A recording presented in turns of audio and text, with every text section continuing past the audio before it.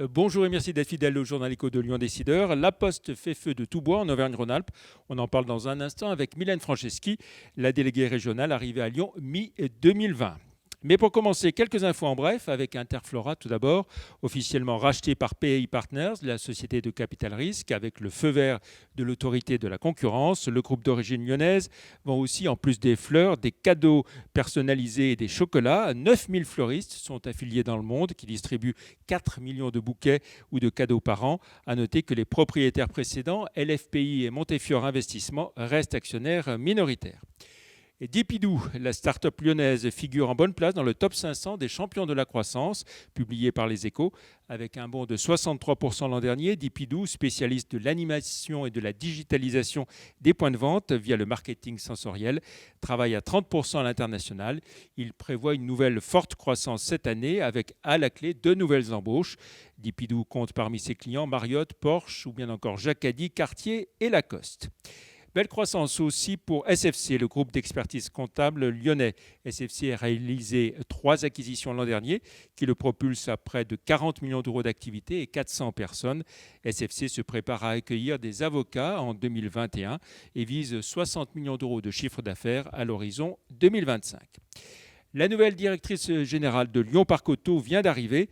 Ingénieur INSA de formation, Pascal Gibert, 50 ans, se retrouve à la tête d'une société d'économie mixte qui compte 35 parcs de stationnement regroupant 20 000 places et 257 voitures en autopartage. Enfin, le chiffre du jour, 50,6 millions d'euros, c'est le montant des pertes semestrielles d'OL Group, touché de plein fouet par les conséquences de la pandémie. L'OL a vu son chiffre d'affaires chuter de 37% au cours du premier semestre de cet exercice 2020-2021.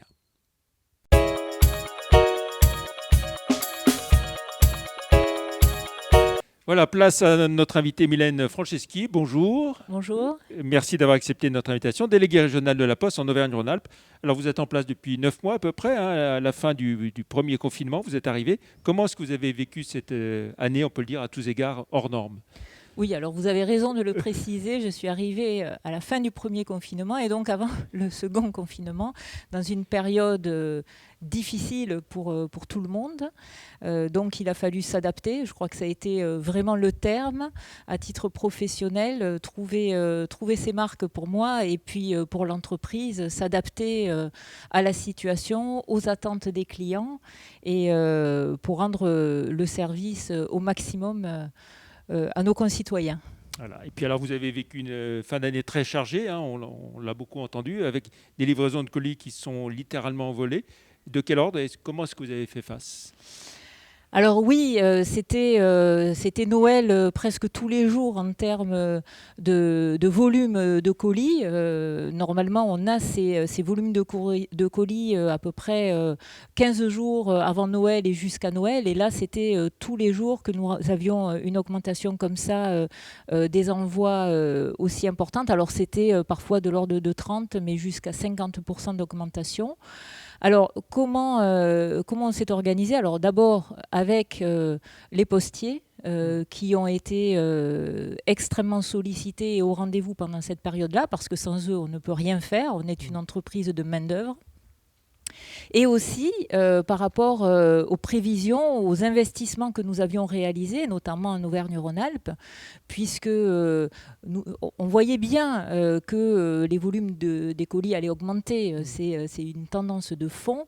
Donc nous avions prévu d'organiser, enfin en tout cas d'accompagner cette augmentation par des investissements qui heureusement a été effectués et donc nous ont aidés à passer cette période. Et évidemment, le constat, c'est qu'il faut qu'on continue d'investir et qu'on continue de s'organiser parce que cette tendance de fond va perdurer. Alors la Poste, il y a aussi un maillage très dense du territoire, hein, 2337 points de contact. L'aménagement du territoire, on peut dire que vous le pratiquez au quotidien ?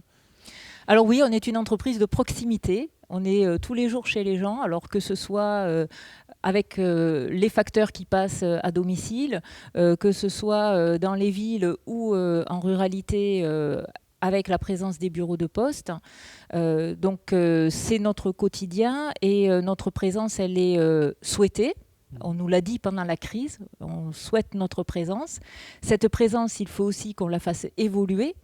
qu'on transforme notre présence, parce qu'on voit bien aussi que l'évolution des mœurs nous conduit à cette transformation. On voit qu'il y a de moins en moins de courriers. Courrier classique, voilà. Oui. Courrier classique, effectivement. On voit aussi que les personnes, que les citoyens viennent de moins en moins dans les bureaux de poste. On a une baisse de fréquentation, alors liée au Covid, mais c'était déjà le cas avant.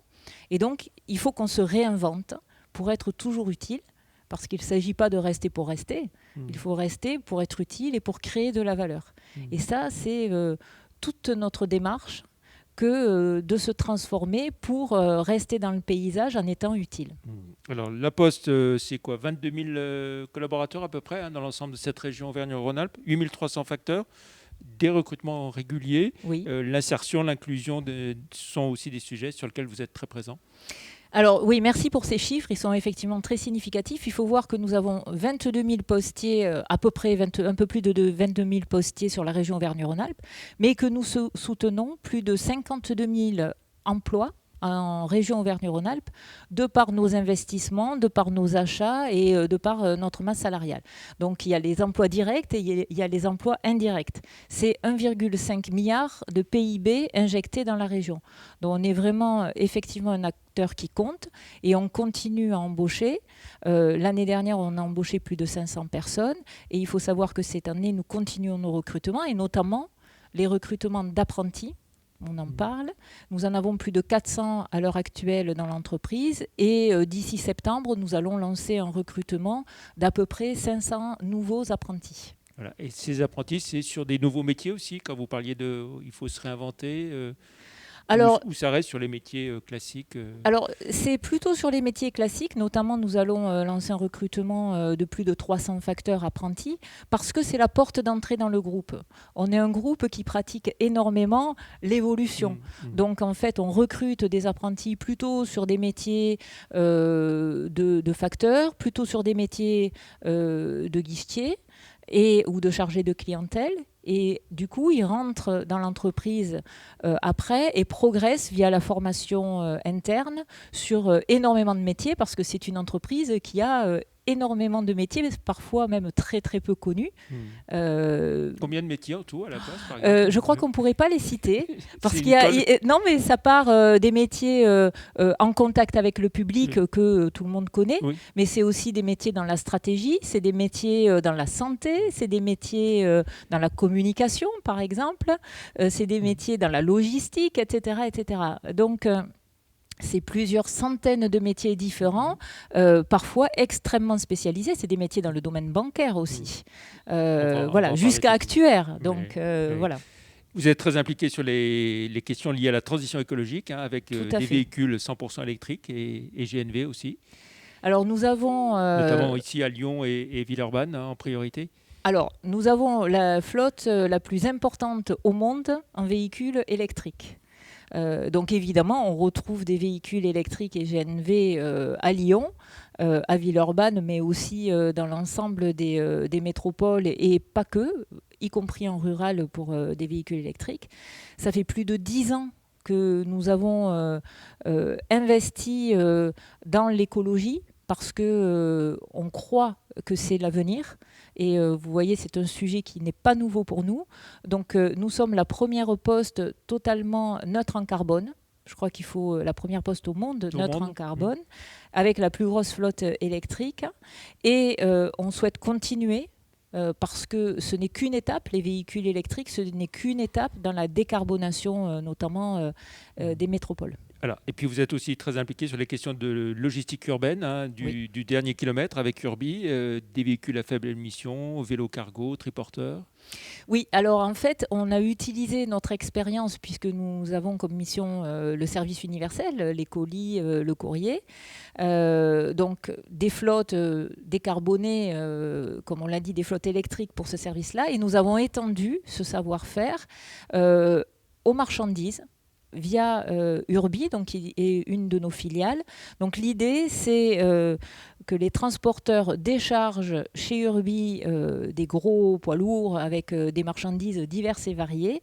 Et ensuite, ces marchandises-là sont éclatées vers leur quartier de destination avec des modes écologiques, en tout cas un transport beaucoup plus neutre en carbone.